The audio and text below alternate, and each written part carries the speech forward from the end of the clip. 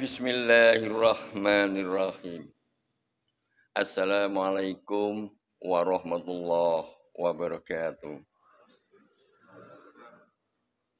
Alhamdulillahilladzi an'amana bi ni'matil iman wal islam. Asyhadu an la ilaha illallah wahdahu la syarikalah wa asyhadu anna Muhammadan abduhu wa rasuluh. Allahumma sholli wa sallim wa barik ala Muhammad wa ala ali Muhammad.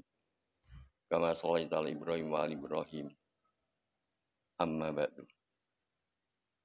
Qala Allah Ta'ala, a'udzu billahi minasyaitonir rajim. Bismillahirrahmanirrahim. Qulillahumma malikal mulki tu'til mulka man tasha wa tanzi'ul mulka mimman tasha wa tu'izzu man tasha wa tudhillu man tasha bi yadikal khair. Innaka ala kulli syai'in qadir. Shadaqallahul adzim. Jamaah salat subuh yang dirahmati Allah. Kita memahami bahwa tahun 2023 ini adalah tahun politik dalam sebutan ketatanegaraan. Tahun politik di mana tahun ini pemerintah atau negara mempersiapkan untuk pemilihan umum tahun 2024 yang insya Allah jatuh pada bulan Februari. Dan di dalam tahun ini juga mulai dibukanya pendaftaran calon-calon legislatif.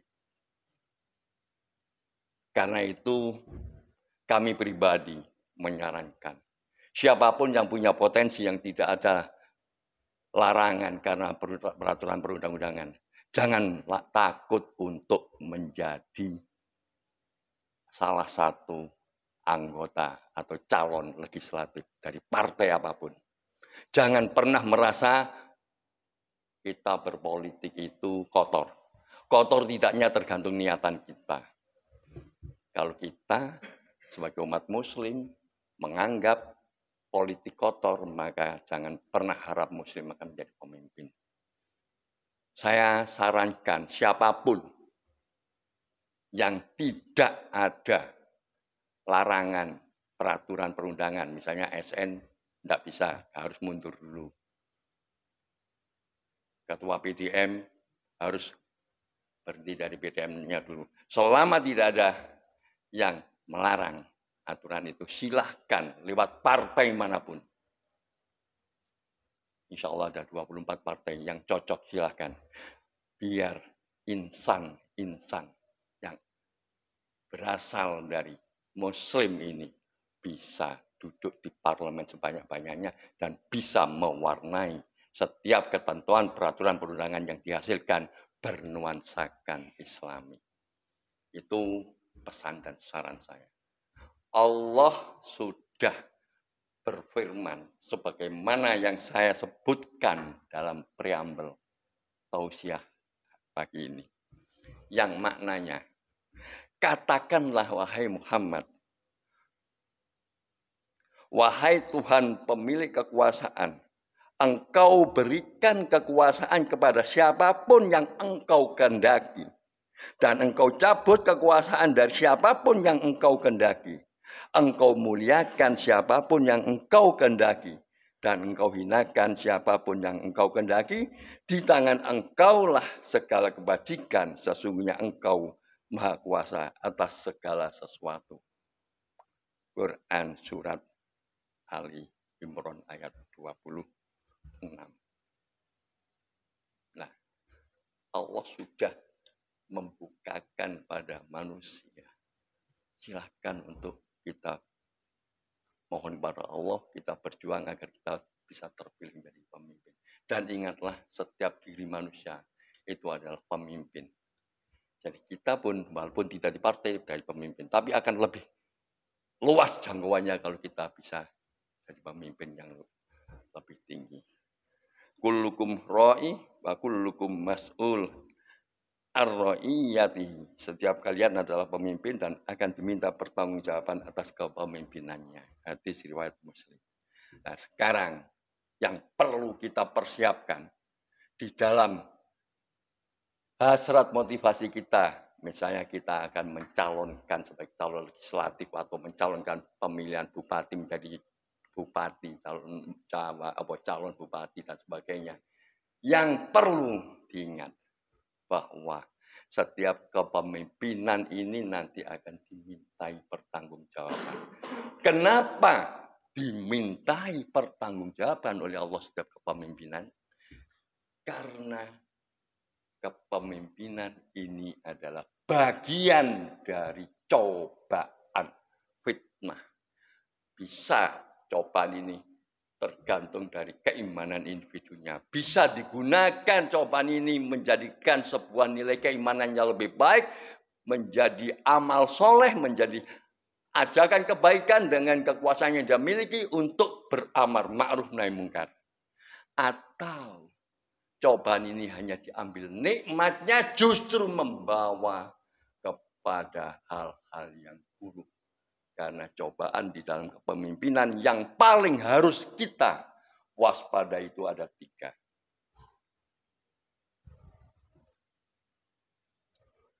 Jadi cobaan kepemimpinan itu yang harus kita waspada itu ada 3. Yang pertama cobaan untuk menjadikan dirinya berbuat kekufuran. Yang kedua, cobaan itu menjadikan sebuah kezaliman. Dan yang ketiga, cobaan menjadikan ketaman. Cobaan menjadi sebuah kekufuran. Jika seseorang yang diangkat menjadi kepemimpin justru tidak mengajak nilai-nilai keimanan yang lebih baik, tapi justru mengangkat dirinya orang yang paling tinggi kedudukannya, bahkan mengaku sebagai Tuhan. Rabbukumul a'la, katanya Fir'aun. Aku adalah Tuhan yang tertinggi. Bahkan yang tidak mau menyembahnya disiksa oleh Fir'aun. Nah, ini salah satu bentuk daripada cobaan membawa kekufuran yang sudah ditorehkan di dalam Al-Quran. Contohkan adalah Fir'aun. Bagaimana Fir'aun bisa menjadikan seorang pemimpin yang tidak boleh dicontoh menjadi kekufuran? Silahkan dikaji lebih lanjut tentang sejarah Fir'aun. Kemudian yang jelas, cobaan yang kedua adalah cobaan untuk alat kezaliman. Nah, ini yang sering kali terjadi. Yang sering kali kita lihat. Jadi kalau kita sudah siap untuk mencalonkan diri sebagai calon legislatif, calon bupati, calon gubernur, atau calon presiden, harus kita ingat. Cobaan yang sulit dan sering melekat pada diri seorang kepemimpinan adalah kezoliman. Apa ciri daripada seorang pemimpin yang kezoliman? Yang jelas ketika dia diangkat, dipilih sebagai pemimpin, tidak lagi berpihak pada rakyat kecil, justru membuat kesengsaraan rakyat kecil. Yang jelas dia sebagai seorang pemimpin menggunakan fasilitas kekuasaannya untuk korupsi, kolusi, nepotisme. Juga dengan kekuasaannya dia semena-mena orang yang berseberangan dengannya dianggap menentang, harus disingkirkan. Ini harus kita pahami bahwa ini adalah cobaan. Sehingga kita bulatkan tekad di dalam dada ketika kita hendak mencalonkan diri sebagai pemimpin. Kita pahami bahwa cobaan-cobaan ini harus kita hindari, kita tanamkan di dalam dada kita. Bahkan Rasulullah SAW sudah mengingatkan bagi seorang pemimpin yang zalim ini dengan sabdanya, "Ma min abdin yastar'ihillahu ra'iyata yamutu yauma yamutu wa huwa ghassu li ra'iyatihi illa harramallahu alaihil jannah." Tidaklah seorang hamba yang Allah beri kekuasaan meninggal dalam keadaan berbuat kecurangan terhadap rakyatnya, melainkan Allah haramkan baginya surga. Ini kita tanamkan. Jangan sampai kita siap untuk mencalonkan diri sebagai seorang pemimpin, tapi kita lupa akan cobaan-cobaan yang akan menyengsarakan kita kelak di alam abadi yang di akhirat. Jangan hanya berpikir kenikmatan dunia. Jadikan kenikmatan dunia, apa yang kita raih di dunia ini sebagai wasilah untuk menuju kebahagiaan yang abadi kelak di akhirat. Dan ketika menjadi pemimpin, jadilah pemimpin yang adil, yang jujur, yang amanah, yang cerdas, dan yang fatonah. Kemudian, yang ketiga adalah pemimpin yang tamak terhadap kekuasaan. Seorang pemimpin yang begitu rakus pada kekuasaan, seakan-akan semua ada di tangan. Semua miliknya, semua harus melalui dia, tanpa dia tidak boleh. Ini juga bagian dari cobaan yang dihembuskan ke hati oleh syaitan agar dia meninggalkan dan menjauhi nilai keimanan sehingga ketamakan semakin menjadi-jadi. Bahkan ketamakan ini oleh Rasulullah digambarkan lebih berbahaya daripada serigala lapar yang ada di tengah-tengah gembala domba.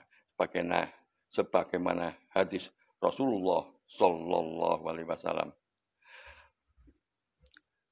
Madzibani ja'ianil arsila fi ghanami bi afsadalaha min khirsil mar'i alal mali wasarofil lidinihi. Dua serigala yang lapar yang dilepas di tengah kumpulan kambing tidak lebih merusak dibandingkan dengan sifat tamak manusia terhadap harta dan kedudukan yang sangat merusak agamanya. Hadis riwayat Tirmidzi. Jadi kita sebagai seorang muslim, kita harus tetap bagaimana punya motivasi untuk menjadi pemimpin. Tetapi juga kita harus benar-benar menanamkan dalam diri bahwa cobaan-cobaan sebagai seorang pemimpin yang harus dihindari dari awal kita tanamkan. Pemimpin apa saja, termasuk pengurus PDM kelak yang akan datang. Jangan sampai menjadikan pengurus PDM menjadi begini. Tapi ingat cobaan-cobaannya. Ingat amanah yang diembannya. Ingat yang pertanggungjawaban kelak di akhirat. Itu. Jadi kita di satu sisi kita harus tidak boleh ragu, maju, berani menjadikan dirinya mencalonkan sebagai seorang pemimpin, tapi di sisi lain kita harus menanamkan dan mengingat bahwa di dalam kepemimpinan kelak ada pertanggungjawaban di akhirat sehingga cobaan-cobaan yang akan menghinakan kita kelak di akhirat itu harus kita hindari.